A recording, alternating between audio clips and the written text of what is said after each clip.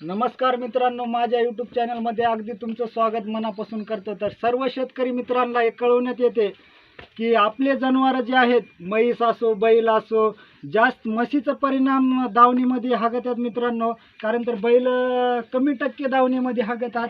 पाहू शकता मित्रांनो, हे जे आहे बांधलेलं, त्याचं कारण आहे बांधण्याचं की कारण तर ह्या वगाराला दावणीमध्ये हागता येत नाही।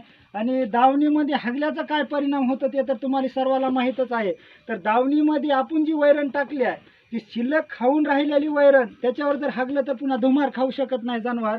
आणि पुन्हा जर ती आपण शेण जरी काढलं आणि धुमार जरी टाकलं त्या ठिकाणी, तर त्या ठिकाणी वास येतो मित्रांनो। आणि संपूर्ण जनावर वैरण खात नाही, त्याकरता माहिती देत आहे मित्रांनो।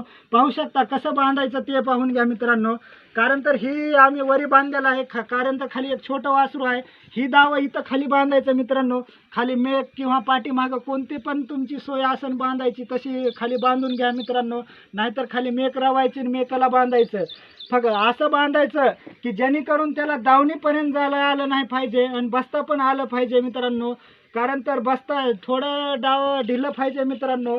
जर दावं ढिलं असलं तर बसता येतं, नाहीतर तुम्ही जास्त जर टाईट बांधलं तर त्याला बसता येत नाही मित्रांनो। त्याची दक्षता घ्यावी।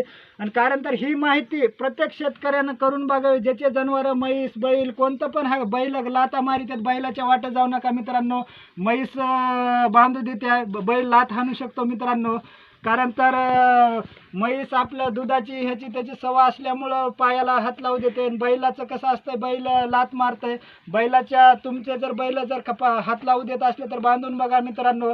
जर हात लावून देत नसले तर बांधू नका। कारण तर बैल लात मारतो, म्हैस लात मारित नाही। आणि ही माझी माहिती सर्व शेतकऱ्यापर्यंत लवकरात लवकर शेअर करा। जय हिंद, जय महाराष्ट्र।